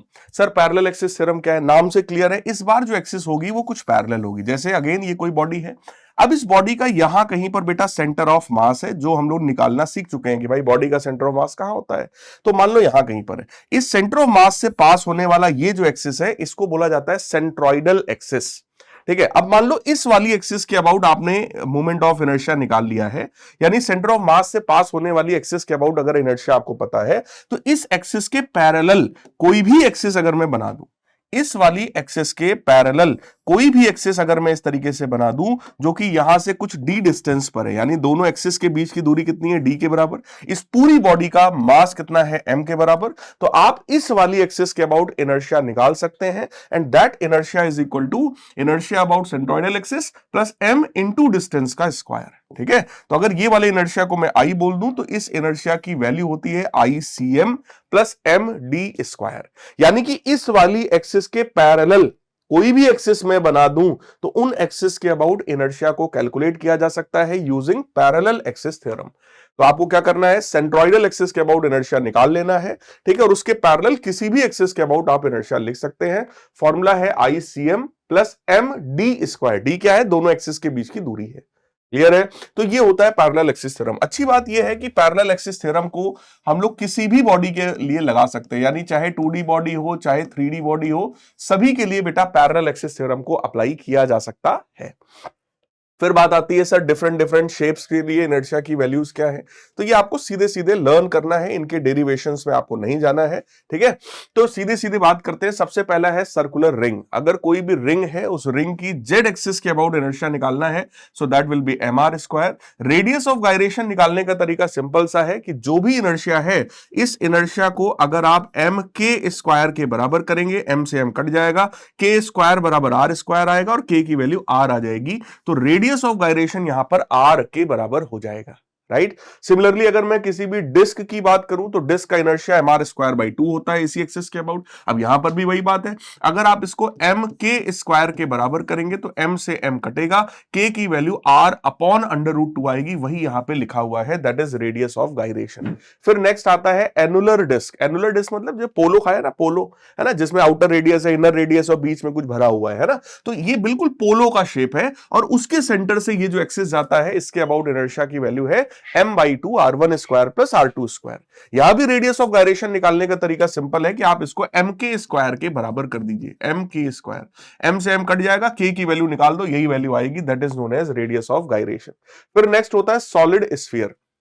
किसी भी सॉलिड स्फीयर का उसकी इस एक्सिस के अबाउट है ना, सेंटर से पास होने वाली एक्सिस के अबाउट इनर्शिया कितना है, that is 2/5 mr square. Radius of gyration आप निकाल सकते हैं। हॉलो स्फीयर है बेटा या थिन स्फेरिकल शेल है, मतलब अंदर से खोखला अगर है तो ऐसे में 2/3 mr स्क्वायर होता है। यहां भी रेडियस ऑफ गायरेशन निकालने का तरीका वही है, एम के स्क्वायर के बराबर करो। फिर अगला आता है अगर कोई भी हॉलो सिलेंडर है, खोखला सिलेंडर है, तो उसका इनर्शिया देखो mr स्क्वायर है, बट एक्सिस देख लो, सिलेंडर की ये वाली जो एक्सिस है इसके अबाउट इनर्शिया mr स्क्वायर के बराबर है और रेडियस ऑफ गायरेशन r के बराबर है। सॉलिड सिलेंडर अगर ले लिया जाए और सॉलिड सिलेंडर की इस एक्सिस के अबाउट इनर्शिया पूछे तो that is M R square by 2 और radius of gyration R by under root 2 हो गया। अब यहां पे देखो आप कंपैरिजन कर सकते हैं, चाहे रिंग और डिस्क में करिए, सॉलिड सिलेंडर हॉलो सिलेंडर में करिए, सॉलिड स्फीयर और हॉलो स्फीयर में करिए। क्या जैसे अगर मैं सॉलिड सिलेंडर की बात करूं तो उसका इनर्शिया है mr square by 2, hollow cylinder की बात करूं तो उसका इनर्शिया देखो mr स्क्वायर है, यानी हॉलो सिलेंडर का इनर्शिया ज्यादा होता है। इसका मतलब अगर आप कभी भी हॉलो सिलेंडर को रोटेट करवाना चाहेंगे तो आपको ज्यादा इफर्ट्स देने पड़ेंगे। क्यों? क्योंकि इसका इनर्शिया ज्यादा है। जिसका इनर्शिया ज्यादा है उसको रोटेट करना कंपैरेटिवली टफ है, या अगर वो पहले से रोटेट हो रहा है तो उसको रोकना कंपैरेटिवली टफ होता है। ठीक है, हॉलो सिलेंडर में। बट सॉलिड सिलेंडर का क्योंकि इनर्शिया कम है तो इसको रोटेट कराना कंपैरेटिवली बेटा आसान है, इसको आप इजीली रोटेट करवा पाएंगे। क्लियर है? फिर आता है कोई भी अगर पतला सा रॉड है, थिन रॉड है ना, थिन रॉड का मतलब इसका ये जो डायमीटर है दैट इज नेग्लिजिबल, लेंथ काफी बड़ा है और उसके ये परपेंडिकुलर बाइसेक्टर के अबाउट इनर्शिया निकालेंगे तो that will B ml square by 12। यहीं पर अगर मान लो कॉर्नर से पास होने वाला एक्सिस है, ये वाला एक्सिस है मान लो, इसके अबाउट अगर ये रॉड ऐसे घूम रहा है तो इसके अबाउट इनर्शिया होता है ml स्क्वायर बाई 3 के बराबर। इसको ध्यान रखिएगा, it is ml square by 3, right. और अगर कोई रेक्टेंगुलर प्लेट है बेटा, है ना, जिसका ये वाला लेंथ a है, ये वाला लेंथ b है, अब ये वाली एक्सिस है जिसके अबाउट घुमा रहे हैं तो इनर्शिया हो गया mb स्क्वायर बाई 12। यानी समझो जो एक्सिस कटेगी वही वाला साइड जो है फॉर्मूले में आएगा। अगर इस वाली एक्सिस के अबाउट घुमा रहे हो तो ए वाला साइड कटा है तो ma स्क्वायर बाई 12 हो गया। इन दोनों के परपेंडिकुलर ये जो तीसरा एक्सिस अगर निकालना है तो क्या होगा, तो दोनों को हम लोग क्या करेंगे, ऐड कर देंगे, that is perpendicular axis theorem. कि भाई हमने एक्स एक्सिस के अबाउट इनर्शिया निकाला, वाई के अबाउट निकाला, दोनों को जोड़ दिया। जैसे जोड़ेंगे जो तीसरी एक्सिस जो इन दोनों के परपेंडिकुलर है उसके अबाउट इनर्शिया की वैल्यू निकलकर आ जाएगी। फिर आता है अगर कोई भी क्यूब है और उस क्यूब के सेंटर से पास होने वाला ये एक्सिस है, इस इसके अबाउट इनर्शिया बताना है तो दैट विल बी ma²/6। तो ये जो स्टैंडर्ड फॉर्मूले हैं, मैंने आपको 10 स्टैंडर्ड फॉर्मूले बताए हैं। ये 10 स्टैंडर्ड फॉर्मूले बेटा आपको याद रखने हैं, केवल फॉर्मूला, इनके डेरिवेशंस पे नहीं जाना है, ठीक है। केवल और केवल फॉर्मूला आप सभी को ध्यान में होना चाहिए। अब आते हैं रोटेशनल मोशन के कुछ छोटे छोटे टॉपिक्स के ऊपर। सबसे पहला टॉपिक है हमारे पास सर, ये टॉर्क क्या होता है। देखो, टॉर्क को आप लोग पहले भी पढ़ चुके हैं, जिसको मूवमेंट ऑफ फोर्स के नाम से भी जाना जाता है, ठीक है। That is also known as turning effect of any force. अगर आप किसी भी बॉडी पर फोर्स लगाएं और फोर्स लगाकर हम बॉडी को घुमाने की कोशिश करें तो वहां पर बेटा टॉर्क जैसा कंसेप्ट आता है। तो जैसे मान लो ये कोई भी एक बॉडी है, इस पॉइंट पर कील ठोककर हमने बॉडी को दीवार में फिक्स कर दिया है और हमने इसके ऊपर मान लो यहां पर एक ऐसा फोर्स लगाया। ये फोर्स क्या करेगा, ये फोर्स इस पॉइंट के अबाउट बॉडी को ऐसे घुमाने की कोशिश करेगा और ये परपेंडिकुलर डिस्टेंस को अगर मैं r मान लूं तो टॉर्क को डिफाइन किया जाता है, it is defined as r vector cross f vector. It is defined as r vector cross f vector, ठीक है। तो इसको r क्रॉस f डिफाइन करते हैं, यानी कि परपेंडिकुलर डिस्टेंस वाला वेक्टर, यानी कि ये पॉइंट ऑफ रोटेशन है, यहां से आप ये दिखा दो, दैट इज r वेक्टर, और ये रहा f वेक्टर, ठीक है। तो r vector cross f vector अगर हम कर देंगे तो that will be your torque. Clear. अगर इसी को मैं दूसरी तरीके से दिखाऊं, जैसे मान लो ये कोई एक बॉडी है और इस बॉडी पर यहां पर ये point of application of force है, इस पॉइंट पर फोर्स लग रहा है और मैं इस पॉइंट के अबाउट उसका टॉर्क देखना चाहता हूं यहां पर, तो हम क्या करेंगे, इस पॉइंट को इससे मिलाएंगे, ये हमारा आर वेक्टर हो जाएगा। क्योंकि हमें इस पॉइंट के अबाउट टॉर्क देखना है तो हम लिखेंगे R vector cross F vector, so that will be torque vector, है ना। तो टॉर्क वेक्टर हो गया R vector cross F vector. ये बात ध्यान रखिएगा, it is based on cross product of vector. Cross product of vector का फॉर्मूला अगर मैं आपको याद दिलाऊं तो it is R F sine theta. तो आर एफ साइन थीटा हो जाएगा यहां पर, अगर इसके मैग्नीट्यूड की बात करो, और थीटा सबको साफ दिख रहा होगा, इसके और इसके बीच का एंगल 90 डिग्री है, साइन 91 होता है। तो फिलहाल इस तरह के फॉर्मूले में आप सीधे सीधे कहेंगे कि sir it is R multiplied by F या एफ मल्टीप्लाइड बाई आर। इसीलिए आपने सुना होगा टॉर्क का फॉर्मूला है फोर्स इंटू परपेंडिकुलर डिस्टेंस, क्योंकि जब आप परपेंडिकुलर डिस्टेंस बोलते हैं तो एंगल अपने आप 90 हो जाता है, तो साइन 90 का टर्म 1 हो गया गायब, तो फॉर्मूला सीधे सीधे एफ इंटू आर बन जाता है। So torque is defined as the product of force and perpendicular distance of the force from point of rotation. Clear है, ठीक है। या फिर अगर मान लो वो 90 डिग्री नहीं है, कुछ इस तरीके का है, कुछ थीटा एंगल है, तो ऐसे में फॉर्मूला होता है R vector cross F vector. ये एक वेक्टर क्वांटिटी है, एक्सियल वेक्टर है, एक सर्टेन एक्सिस के अबाउट लगता है। जैसे अगर ये बॉडी हमारी क्लॉकवाइज घूमने वाली है तो ये अंदर की तरफ होगा, बॉडी एंटी क्लॉकवाइज घूमने वाली है तो ये बाहर की तरफ होगा। तो टॉर्क का डायरेक्शन भी होता है, बॉडी अगर क्लॉकवाइज घूमी तो टॉर्क किधर होगा, इनवर्ट्स होगा, है ना। तो ये जो टाउ वेक्टर होगा that will B inverts. Inverts मतलब क्रॉस से मैं दिखाऊंगा। यहीं पर बॉडी अगर हमारी एंटी क्लॉकवाइज घूम रही है तो ये जो टाउ वेक्टर है ये आउटवर्ड्स होगा, जिसको मैं डॉट से रिप्रेजेंट करूंगा, ठीक है। अंदर की डायरेक्शन को क्रॉस से दिखाते हैं, बाहर की डायरेक्शन को डॉट से रिप्रेजेंट किया जाता है। इसको क्लॉकवाइज टॉर्क बोलते हैं, इसको एंटी क्लॉकवाइज टॉर्क बोलते हैं। क्लॉकवाइज टॉर्क जो है that will be taken as negative.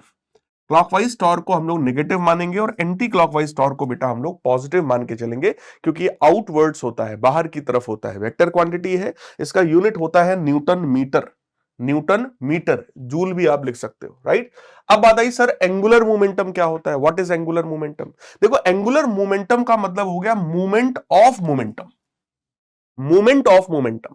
अब मैंने आपको क्या सिखाया, जिस भी चीज का मूवमेंट निकाला जा रहा है उस चीज में परपेंडिकुलर डिस्टेंस मल्टीप्लाई करो। जैसे टॉर्क का मतलब क्या होता है, मूवमेंट ऑफ फोर्स, तो फोर्स में परपेंडिकुलर डिस्टेंस मल्टीप्लाई कर दो, टॉर्क आ जाता है, जिसको आप मूवमेंट ऑफ फोर्स बोल रहे हैं। यहां पे क्या है, मूवमेंट ऑफ मोमेंटम है, इसका मतलब मोमेंटम में अगर परपेंडिकुलर डिस्टेंस मल्टीप्लाई कर दें तो it will become angular momentum, है ना। तो एंगुलर मोमेंटम का फॉर्मूला हो गया R vector cross P vector, R vector cross P vector, या इसको ऐसे लिख दो आर पी साइन थीटा, तो भी हम लोग लिख सकते हैं। क्लियर है। अच्छा, इन दोनों फॉर्मूले को अगर मैं आपको रोटेशनल इफेक्ट में रिप्रेजेंट करके दिखाऊं तो देखो जरा कैसे होगा, देखिएगा सभी लोग। जैसे अभी मैंने आपको पीछे एक फॉर्मूला पढ़ाया कि टॉर्क का फॉर्मूला होता है force into perpendicular distance. Force को मैं लिख सकता हूं मास इंटू एक्सेलरेशन और परपेंडिकुलर डिस्टेंस आर के बराबर। एक्सेलरेशन जो है उसको हम लोग आर इंटू अल्फा लिखा जा सकता है, रोटेशनल मोशन में जो लीनियर एक्सेलरेशन है that is represented as r into alpha, a बराबर r अल्फा, क्योंकि v बराबर r ओमेगा होता है, तो डिफरेंशिएट करो तो a बराबर r अल्फा होता है। तो अगर मैं इस a की जगह r अल्फा लिख दूं तो बहुत ध्यान से बेटा देखो फॉर्मूला क्या बन गया, this is formula mr square into alpha. अब mr स्क्वायर इनर्शिया के बराबर होता है, तो ये बन गया इनर्शिया मल्टीप्लाइड बाई अल्फा। तो टॉर्क का फॉर्मूला आ गया हमारे पास टाउ बराबर I alpha, tau is equal to I alpha. Clear है? ये हमारे पास एक फॉर्मूला और आ जाता है कि अगर मोमेंट ऑफ इनर्शिया पता है, एंगुलर एक्सेलरेशन पता है, तो इन्हीं दोनों के प्रोडक्ट को हम लोग टॉर्क के नाम से जानते हैं। यहीं पे अगर बेटा मैं आपको एंगुलर मोमेंटम की बात करूं, एंगुलर मोमेंटम का फॉर्मूला क्या था, that was R into P into sine theta. Perpendicular distance ले लेंगे, साइन 90 बन जाएगा।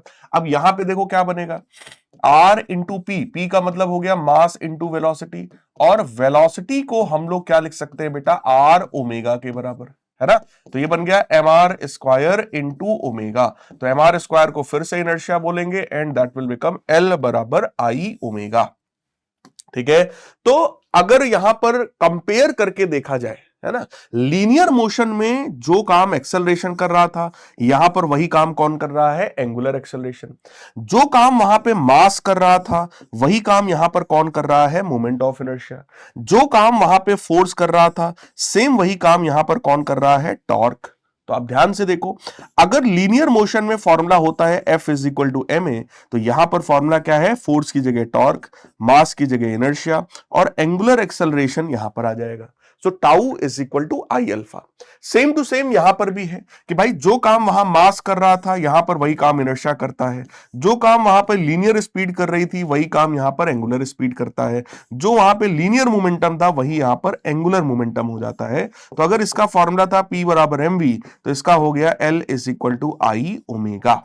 यानी कि बिल्कुल सेम टू सेम टाइप से जैसा लीनियर मोशन में हमने पढ़ रखा है, कुछ वैसे ही फॉर्मूले हमें यहां पर भी देखने को मिल रहे हैं। बस थोड़ा थोड़ा सा ये कन्वर्जन हमें याद रखना पड़ेगा कि भाई कौन किसकी तरह बिहेव करता है यहां पर।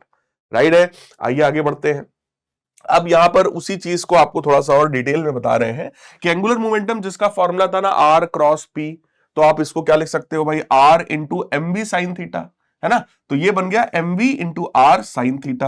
अगर ये थीटा 90 हो जाए तो एम वी आर भी लिखा जा सकता है, यानी परपेंडिकुलर डिस्टेंस लोगे तो एम वी आर लिख सकते हो, otherwise M V R sine theta आप लिख देना। यही टॉर्क जो है वो डीएल अपॉन डी के बराबर हो जाएगा, जिसको आई अल्फा भी लिखा जा सकता है ना। सर ये कहां से आ गया भाई, देखो जिस तरीके से वहां पे फोर्स की वैल्यू होती है डीपी बाई डी के बराबर, तो यहां पर फोर्स की जगह पे टॉर्क आएगा, मोमेंटम की जगह पर एंगुलर मोमेंटम आएगा, तो टाउ की वैल्यू जो है वो डीएल बाई डी के बराबर आ जाएगी। यहां पर एंगुलर मोमेंटम वेक्टर क्वांटिटी है, टॉर्क भी वेक्टर क्वांटिटी है, तो आप ऐसे लिख सकते हैं। यही टॉर्क आई अल्फा के बराबर होता है, ये मैंने आपको पीछे ही बता दिया है ना। तो यहां से एक चीज और आ गई, एंगुलर इंपल्स। एंगुलर इंपल्स का मतलब क्या हो गया कि अगर टॉर्क और टाइम इंटरवल के प्रोडक्ट को हम मल्टीप्लाई कर दे, जैसे वहां पे इंपल्स का, लीनियर इंपल्स का मतलब क्या होता है, फोर्स और टाइम इंटरवल का product, F into D T, that is known as linear impulse. यहां पर क्या है, एंगुलर इंपल्स है, तो torque into D T, tau into D T करोगे तो डीएल के बराबर आ जाएगा बेटा। टाउ डी टी किसके बराबर आएगा, डीएल के बराबर। यानी एंगुलर इंपल्स जो है वो चेंज इन एंगुलर मोमेंटम के बराबर होता है, वही चीज यहां पे लिखा है। ठीक है, कह रहे if the large torque acts on a body for a small time then angular impulse जो है वो टाउ इंटू डी टी के बराबर है। एंगुलर इंपल्स का फॉर्मूला बता रहे हैं, जो कि बिल्कुल एग्जैक्टली सेम टू सेम है। जैसे लीनियर इंपल्स होता है फोर्स इंटू टाइम इंटरवल, वैसे यहां पर एंगुलर इंपल्स है that is torque into time interval. Simple सी बात है, क्लियर है जी। अब आते हैं अगला, relation between torque and moment of inertia. हालांकि ये रिलेशन मैं आपको बता चुका हूं, बट अगर मान लो कभी आपके एग्जाम में डिराइव करने को आए, है ना, तो कैसे हम लोग लिखेंगे। देखो मैंने जो आपको डिराइव करके दिखाया था फॉर्मूला, वो फॉर्मूला था किसी एक बॉडी के लिए, एक सिंगल बॉडी है जिसका अपना इनर्शिया एम आर स्क्वायर के बराबर है, मैंने उसके लिए आपको डिराइव करके बताया। यहां पर हमने क्या मान लिया है कि भाई एक बॉडी है जिसके अंदर ढेर सारे पार्टिकल्स हैं। पहले पार्टिकल का एक्सेलरेशन है a1 बराबर r1 अल्फा, तो फोर्स की वैल्यू हो जाएगी मास इंटू एक्सेलरेशन, तो mass into r1 into alpha, तो m1 r1 अल्फा हो गया। है ना। टॉर्क हो जाएगा फोर्स इंटू परपेंडिकुलर डिस्टेंस, तो M R square into alpha, यही मैंने वहां भी बताया था। इसी एम आर स्क्वायर को इनर्शिया बोला था, इसको अल्फा बोला था।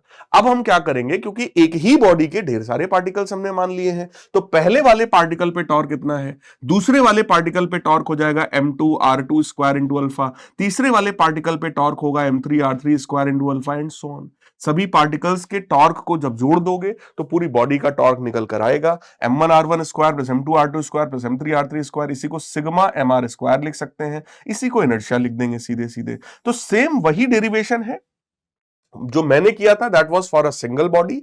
यहां पर जो डेरिवेशन किया गया है वो एक ही बॉडी के ढेर सारे पार्टिकल्स ले लिए गए, एक ही बॉडी के अंदर ढेर सारे पार्टिकल्स ले लिए गए, हर एक पार्टिकल पे लगने वाला नेट टॉर्क जब आप निकाल के जोड़ देंगे तो पूरी बॉडी का जो टॉर्क है वो निकल कर आ जाएगा। ठीक है, तो एक बहुत ही सिंपल सा डेरिवेशन है, स्क्रीनशॉट ले लो, मैं हट जा रहा हूं। और इसके पूछे जाने के चांसेस डेरिवेशन के तो कम होते हैं, लेकिन हाँ इस पर कोई ना कोई न्यूमेरिकल क्वेश्चन जरूर घुमा फिरा के पूछ सकते हैं। फिर अगला आता है सर L बराबर आई ओमेगा वाला फॉर्मूला, ये भी मैं आपको बता चुका हूं। अगेन सेम बात कि मैंने एक बॉडी के लिए बताया था, यहां पे ढेर सारे पार्टिकल्स के लिए लिखा जाएगा। तो भाई V बराबर R ओमेगा होता है, तो पहले वाले के लिए R1 ओमेगा, दूसरे के लिए R2 ओमेगा, तीसरे के लिए R3 omega. Sir omega same क्यों है, तो ये बात याद करो, जब ये चैप्टर स्टार्ट हो रहा था तो मैंने आपसे बताया था कि जब भी कोई बॉडी रोटेशनल मोशन में होता है तो उसका हर एक पॉइंट सर्कुलर मोशन में होता है, और जो एंगुलर स्पीड पूरे बॉडी की है वही एंगुलर स्पीड हर एक पार्टिकल की भी होती है। तो पार्टिकल्स की जो एंगुलर स्पीड है बेटा वो चेक कर लो, सेम है ना। अल्फा भी पार्टिकल्स के लिए सेम ही होता है। अब यहां मोमेंटम की बात करें तो मोमेंटम है मास इंटू वेलोसिटी, तो m1r1 ओमेगा हो गया। एंगुलर मोमेंटम क्या होता है कि मोमेंटम इंटू परपेंडिकुलर डिस्टेंस, तो m1r1 स्क्वायर इंटू ओमेगा। सभी के लिए निकाल के आप जोड़ डालिए इसी तरीके से, तो आपको सभी का मिल जाएगा भाई, है ना। सॉरी थोड़ा जुकाम हो गया है। तो एंगुलर मोमेंटम की वैल्यू आ गई m1r1 square plus m2r2 square plus m3r3 square and so on up till omega, right. तो ये बन गया हमारा sigma mr square into omega, so that is I omega. तो एंगुलर मोमेंटम का सीधा सीधा फॉर्मूला हो गया आई ओमेगा। बाकी इसको याद करने का ट्रिक मैंने आपको बता दिया है कि अगर आप लीनियर मोशन से इसको कंपेयर करेंगे तो बेटा इसको याद करना बहुत ज्यादा आसान हो जाएगा, है ना। वहां पे लीनियर मोमेंटम, यहाँ पे एंगुलर मोमेंटम, वहां पे मास होता है, यहाँ पे इनर्शिया होता है, वहां पे आपकी लीनियर वेलोसिटी होती है, यहाँ पे एंगुलर वेलोसिटी होती है, दैट्स इट। वहां P बराबर mv, यहाँ पे L बराबर आई ओमेगा, दैट्स इट। ठीक है, सारे के सारे फॉर्मूले एकदम रिलेटेबल है बेटा, ये बात ध्यान रखिएगा। अब बात है sir conservation of angular momentum. Conservation of angular momentum को समझने के लिए आप कंजर्वेशन ऑफ लीनियर मोमेंटम पहले समझ लो भाई। लीनियर मोमेंटम में क्या होता है, अगर किसी भी बॉडी पर लगने वाला नेट फोर्स जीरो हो जाए तो उस सिस्टम का, उस बॉडी का जो लीनियर मोमेंटम है वो कंजर्व हो जाता है। सेम टू सेम चीज यहां पर भी फॉलो होती है कि अगर किसी भी बॉडी पर लगने वाला नेट टॉर्क जीरो हो जाए तो उसका एंगुलर मोमेंटम कांस्टेंट हो जाता है। तो देखो, क्योंकि हम सबने पढ़ रखा है कि सर टॉर्क का जो फॉर्मूला है that is equal to DL upon DT.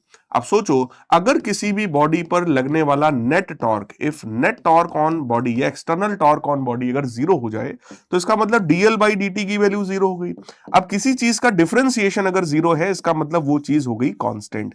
तो अगर एंगुलर मोमेंटम कांस्टेंट हो जाए, चेंज ही ना हो, तो इसी को तो कहा जाता है कंजर्वेशन ऑफ एंगुलर मोमेंटम। तो अगर किसी भी बॉडी पर लगने वाला नेट एक्सटर्नल टॉर्क जीरो के बराबर हो तो उसका जो एंगुलर मोमेंटम है मेरे प्यारे बच्चों वो कांस्टेंट होता है। That means initial angular momentum final angular momentum के बराबर होगा। अब एंगुलर मोमेंटम का फॉर्मूला हम पढ़ चुके हैं I omega, so I one omega one जो है वो आई टू ओमेगा टू के बराबर हो जाएगा। यानी सिस्टम का इनिशियल एंगुलर मोमेंटम उसके फाइनल एंगुलर मोमेंटम के बराबर होगा। आप लोगों ने कई सारे रील्स देखे होंगे, है ना, इंस्टाग्राम पर, यूट्यूब पर, जो कई सारे टीचर्स ने ये एक्सपेरिमेंट करके दिखाया है, वायरल एक्सपेरिमेंट है कि भाई अगर मान लो मैं किसी एक चेयर पे बैठ जाऊं, ठीक है, चेयर पे बैठ जाऊं, वो रिवॉल्विंग वाली जो चेयर होती है, और मुझे कोई ऐसे एक बार घुमा दे, एक बार इनिशियली घुमा दे, बस हल्का सा भी अगर वो घुमा देगा, और अगर मैं हाथ को अपने ऐसे करूंगा, अगर मैंने अपने हाथों को फैला लिया, मतलब क्या हुआ, इनर्शिया बढ़ गया, क्योंकि ये एक्सिस ऑफ रोटेशन है मिडिल से पास होने वाला, ये एक्सिस ऑफ रोटेशन है। हाथ अगर दूर हो गया तो बेटा m into R square, R square, समझ रहे हो। तो इनर्शिया की वैल्यू जो है वो बढ़ गई, इनर्शिया बढ़ जाएगा तो ओमेगा कम हो जाएगा, क्योंकि आई ओमेगा इज कांस्टेंट। इनर्शिया बढ़ेगा तो ओमेगा कम हो जाएगा। यानी अगर मैंने हाथ बाहर कर लिया तो इनर्शिया बढ़ गया, ओमेगा कम, यानी मेरी एंगुलर स्पीड जो है वो कम हो जाएगी। और जब मैं हाथ को ऐसे पास कर लूंगा, एक्सेस के पास ले आऊंगा, तो इनर्शिया घट जाएगा। इनर्शिया घट गया तो ओमेगा बढ़ जाएगा। क्यों सर? क्योंकि इन दोनों का जो प्रोडक्ट है, that product must be constant. I omega is constant.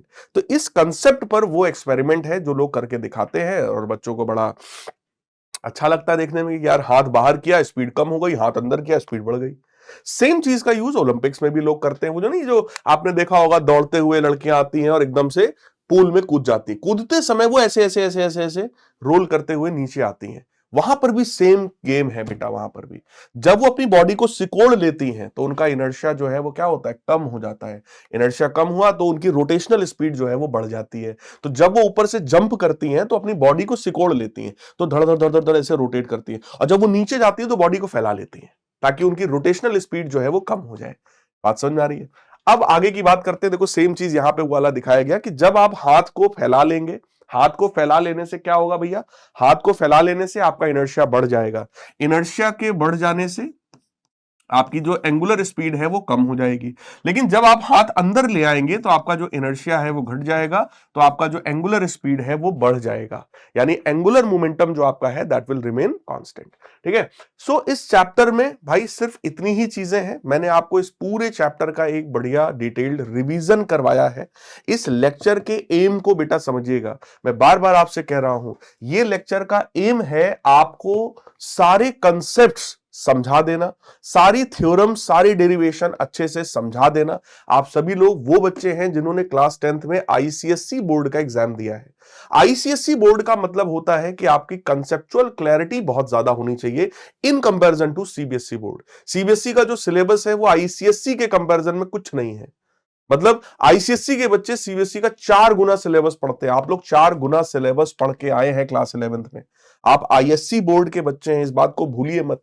आपका बिहेवियर एग्जैक्टली सीबीएसई वाले बच्चों की तरह नहीं होना चाहिए, क्योंकि आपका मेंटल स्टेट, आपका मेंटल लेवल उनके कंपैरिजन में थोड़ा ऊपर है। ठीक है। तो आपको अपने मेंटल स्टेट के हिसाब से बिहेव करना है। आपको मैंने ये जो चीजें, जो भी मैं जितना भी पढ़ा रहा हूं ना, सब कुछ बहुत सोच समझ के पढ़ा रहा हूं। ऐसा नहीं है कि मैं लेक्चर की ड्यूरेशन को अगर मैंने कम रखा है तो उसके पीछे मेरी काम चोरी है। नहीं, उसके पीछे एक लॉजिक है। मैं इस चैनल को या फिजिक्स को आप लोगों के लिए स्पून फीडिंग की तरह नहीं डेवलप करना चाहता। मैं ये नहीं चाहता कि मैं आपको सारे क्वेश्चंस खुद करके दे दूं और आप आराम से देख ले और आपको लगे बस मेरा हो गया। नहीं, मैंने न्यूमेरिकल्स की संख्या को इस लेक्चर्स में कम करके रखा हुआ है। उसके पीछे का मेन रीजन ये है कि आपको न्यूमेरिकल प्रैक्टिस करनी है, इस बात का एहसास आपको हो जाए। अगर आप ये सोच रहे हो सीबीएसई वालों की तरह कि एक स्पून फीडिंग आपको कर दिया जाए, आप बहुत डिमांड करेंगे, बहुत जिद करेंगे, तो मैं कर दूंगा, मेरे लिए कोई बड़ी बात नहीं है बेटा। मैं ऑलरेडी कर चुका हूं। ठीक है, इसलिए कोई इतना बड़ा मैटर नहीं है। जो बच्चे बैच में मेरे से पढ़ रहे हैं, आप वो सब बच्चे जानते हैं कि शैलेंद्र सर सबसे ज्यादा न्यूमेरिकल्स करवाते हैं बैच के अंदर। राइट। यहां पर मैं आपको एक रिवीजन करा रहा हूं। बैच वाले बच्चे भी रिवीजन करेंगे, जो बच्चे मुझसे नहीं भी पढ़ते हैं वो भी रिवीजन करेंगे।